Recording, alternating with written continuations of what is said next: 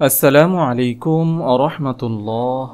10 minute মাদ্রাসায় আপনাকে স্বাগতম। শেষ দশকে রাসূল সাল্লাল্লাহু আলাইহি ওয়াসাল্লামের 4টি বিশেষ আমল। আল্লাহর দেওয়া 12 মাসের মধ্যে পবিত্র মাহে রমজান অতীব গুরুত্বপূর্ণ। এর মধ্যে গুরুত্বপূর্ণ দিনগুলো হলো রমজানের শেষ দশক। কেননা রাসূল সাল্লাল্লাহু আলাইহি ওয়াসাল্লামের বিভিন্ন হাদিস দ্বারা বোঝা যায় রমজানের শেষ দশকেই লাইলাতুল কদর হওয়ার সম্ভাবনা বেশি। তাই প্রিয়নবী সাল্লাল্লাহু আলাইহি ওয়াসাল্লাম শেষ দশকে বিশেষ 4টি আমল করতেন, তা এই ভিডিওতে তুলে ধরা হলো। নম্বর 1, বেশি পরিমাণ ইবাদত। পবিত্র রমজানে রাসূল সাল্লাল্লাহু আলাইহি ওয়াসাল্লাম ইবাদতের মাত্রা খুব বেশি বাড়িয়ে দিতেন, রাত জেগে আমল করতেন।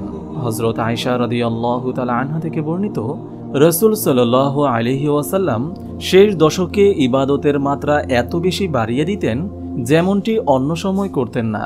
সহিহ মুসলিম হাদিস নম্বর 1175। আয়েশা রাদিয়াল্লাহু তাআলা আনহা থেকে বর্ণিত, যখন রমজানের শেষ 10 রাত আসত তখন নবী করিম সাল্লাল্লাহু আলাইহি ওয়াসাল্লাম কোমরে কাপড় বেঁধে নেমে পড়তেন, অর্থাৎ বেশি বেশি ইবাদতের প্রস্তুতি নিতেন এবং রাত জেগে থাকতেন, আর পরিবার পরিজনকেও তিনি জাগিয়ে দিতেন।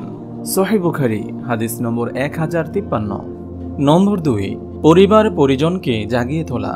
রমজানের শেষ দশকে রাসূল সাল্লাল্লাহু আলাইহি ওয়াসাল্লাম সারা রাত জেগে থাকতেন, শেষ রাতে পরিবার পরিজনকে জাগিয়ে দিতেন।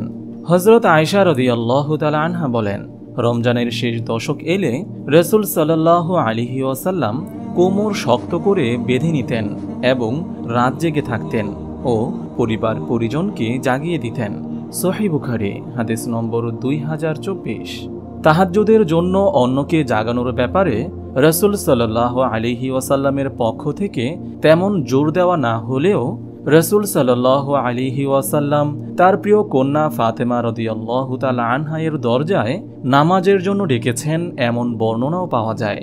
হযরত আলী ইবনে আবি তালিব রাদিয়াল্লাহু তাআলা আনহু থেকে বর্ণিত, আল্লাহর রাসূল সাল্লাল্লাহু আলাইহি ওয়াসাল্লাম এক রাতে তার কন্যা ফাতেমা রাদিয়াল্লাহু তাআলা আনহা এর কাছে এসে বললেন, তোমরা কি নামাজ আদায় করছো না?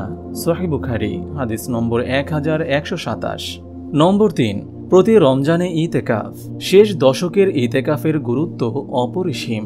আমাদের প্রিয় নবী হযরত মুহাম্মদ সাল্লাল্লাহু আলাইহি ওয়াসাল্লাম ইতিকাফ করেছেন, সাহাবায়ে কেরামও করেছেন, তাই আমাদের জন্য ইতিকাফ করা সুন্নাত। হযরত আয়েশা রাদিয়াল্লাহু তাআলা আনহা বলেন, ইন্তেকাল পর্যন্ত রাসূল সাল্লাল্লাহু আলাইহি ওয়াসাল্লাম রমজানের শেষ দশকে ইতিকাফ করেছেন, এরপর তার স্ত্রীরাও ইতিকাফ করেছেন। সহিহ বুখারী হাদিস নম্বর 1868। সাহাবায়ে কেরামকে শেষ দশকে ইতিকাফের গুরুত্ব বোঝাতে গিয়ে রাসূল সাল্লাল্লাহু আলাইহি ওয়াসাল্লাম বলেছেন, আমি কদরের রাতের সন্ধানে প্রথম 10 দিন ইতিকাফ করলাম, এরপর ইতিকাফ করলাম মধ্যবর্তী 10 দিন, অতঃপর ওহী প্রেরণ করে আমাকে জানানো হলো যে তা শেষ 10 দিনে। সুতরাং তোমাদের যে ইতিকাফ পছন্দ করবে সে যেন শেষ 10 দিন ইতিকাফ করে, এরপর মানুষ তার সঙ্গে ইতিকাফে শরিক হয়।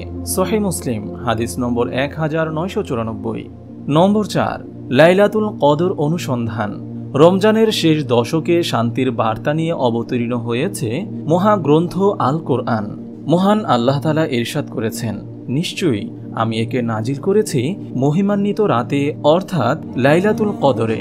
আপনি কি জানেন মহিমান্বিত রাত কি? মহিমান্বিত রাত 1000 মাসের চেয়েও শ্রেষ্ঠ।